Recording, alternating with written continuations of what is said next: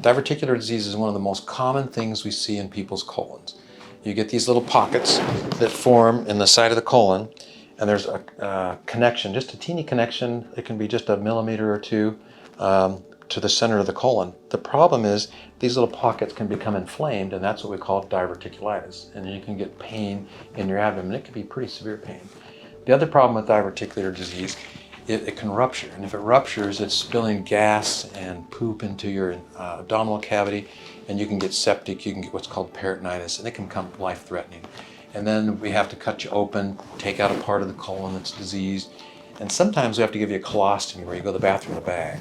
And then we can go back usually and hook that up within 3 months to a year or something like that. In 2017, in the American Journal of Surgery, they did a study of like 879,000 people years around diverticular disease, and they found that a healthy lifestyle, including 24 grams of whole grain fibers, exercising vigorously about 2 hours a week, not smoking, eating less than 2 ounces of red meat a day, and not being obese decreased the risk of those things happening, like rupturing where you have to have emergency surgery, that type of thing. It used to be we told people to avoid seeds and nuts.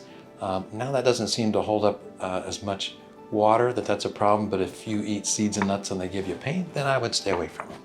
Before World War I, maybe 10% of people had problems with diverticular disease.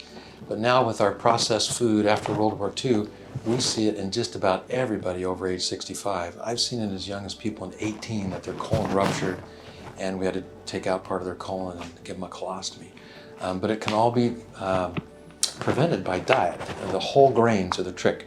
In my personal life, I eat a whole grain cereal, about 2/3 a cup. I put in a cup of blueberries and I throw in a couple of tablespoons of flaxseed, and that keeps me regular in the morning.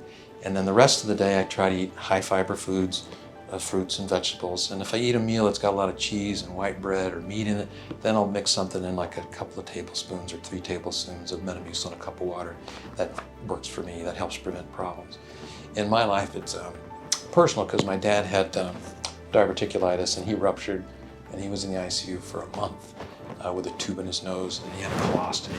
Back then, the colostomies were not like the ones we have now. They had like a little sticky bag, like a Glad wrap bag, and it held up just a little sticky. But if he'd roll over in the middle of the night, he'd poop in the bed, have to change the sheets a couple times a night. Nowadays, if you have a colostomy, they've got these really nice bags and wafers that stick on really good for up to a week at a time, so it's not as messy. You'll be surprised how many people have ostomies and you don't even know it. So it's an interesting disease, but nobody wants an ostomy. So eat your fiber to help prevent getting problems. The warning signs are if you have pain in the left lower quadrant is usually where it's at. It's a sharp pain, it's a steady pain. If you take a step and each step it hurts, or if you push and let go and it hurts, that can be a sign of peritonitis. If that's what you've got, then you need to be seen right away.